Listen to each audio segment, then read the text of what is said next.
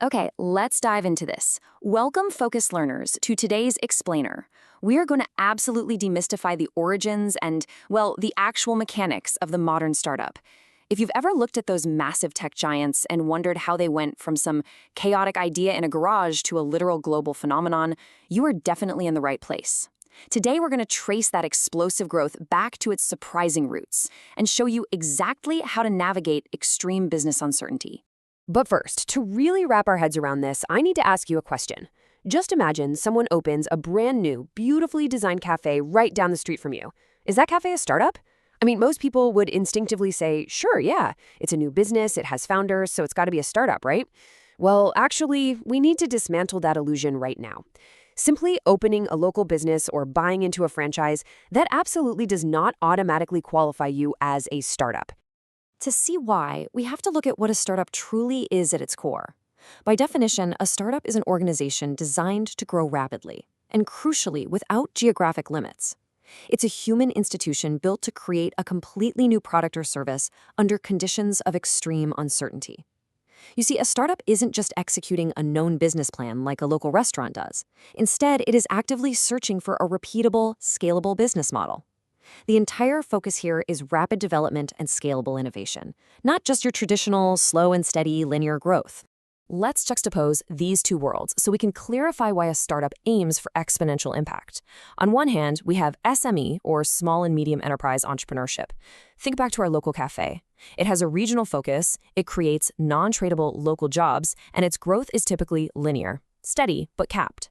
On the other hand, we have IDE, Innovation-Driven Enterprise. Now, this is the realm of the startup.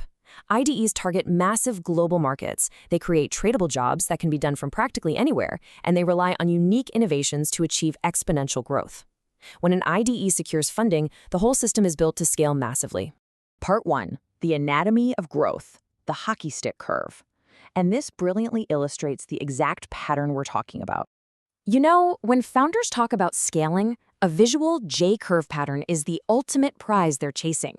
It perfectly represents the anatomy of successful startup growth. Business expert Bobby Martin actually studied the sales growth of over 170 successful startups, and he mapped out this four-stage timeline. First up is the tinkering period, where founders are kind of just exploring the practicality of an idea. Then come the blade years. Think of this as the long, flat part of a hockey stick blade. Growth is flat, the process is incredibly unpredictable, and founders are just fiercely committing to making it work. But if they navigate it right, they hit the growth inflection point.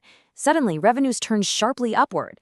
And finally, this leads to surging growth, where the company scales explosively and the founder really has to transition from a scrappy entrepreneur into a serious corporate manager leading a massive firm.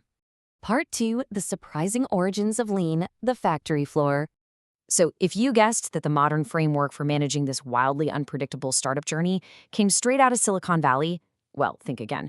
We actually have to travel back to a 1950s Japanese car factory. The historical contrast between these two approaches is just fascinating.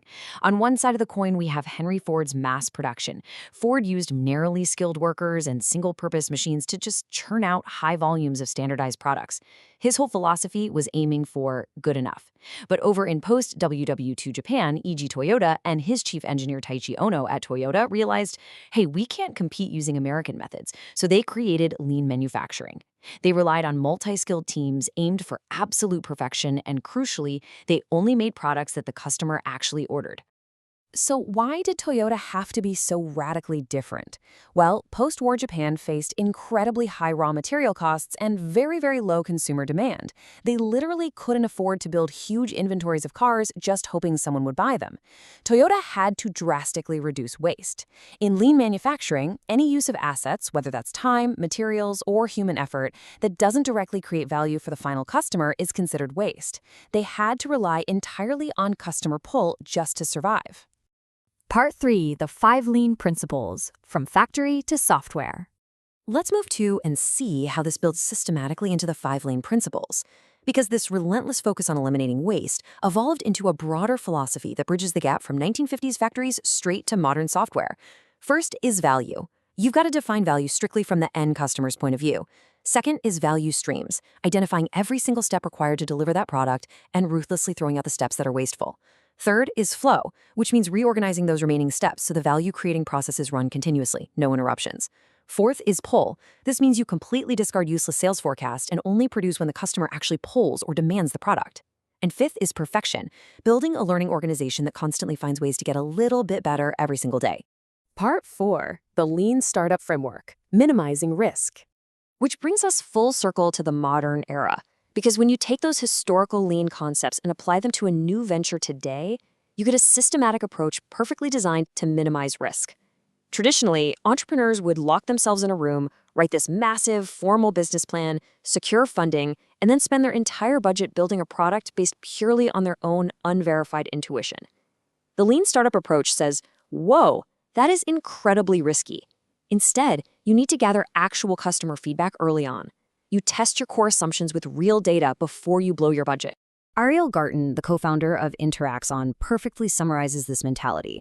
She notes that a startup is simply a series of experiments looking for evidence of repeatable outcomes.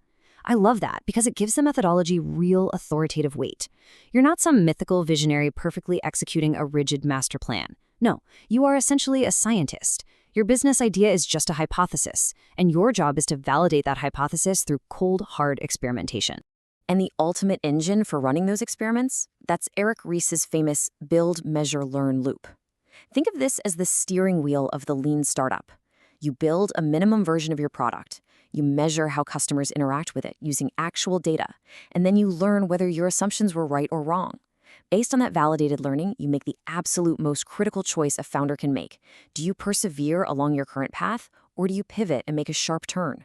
This entire loop is designed to accelerate learning and eliminate the ultimate waste, which is spending years building something nobody actually wants. So the crucial point is that these concepts are universally applicable. The core principles of the lean startup remind us that entrepreneurs are everywhere.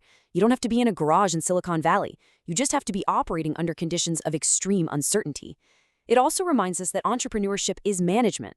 It requires a totally different kind of leadership than running a stable, established company. And above all, it champions validated learning over intuition. Which brings us to the end of our explainer today, and I want to leave you with a bit of a challenge for your own endeavors. Thinking about that wild journey from Toyota's factory floor to the explosive hockey stick growth of a modern IDE, what waste can you eliminate today?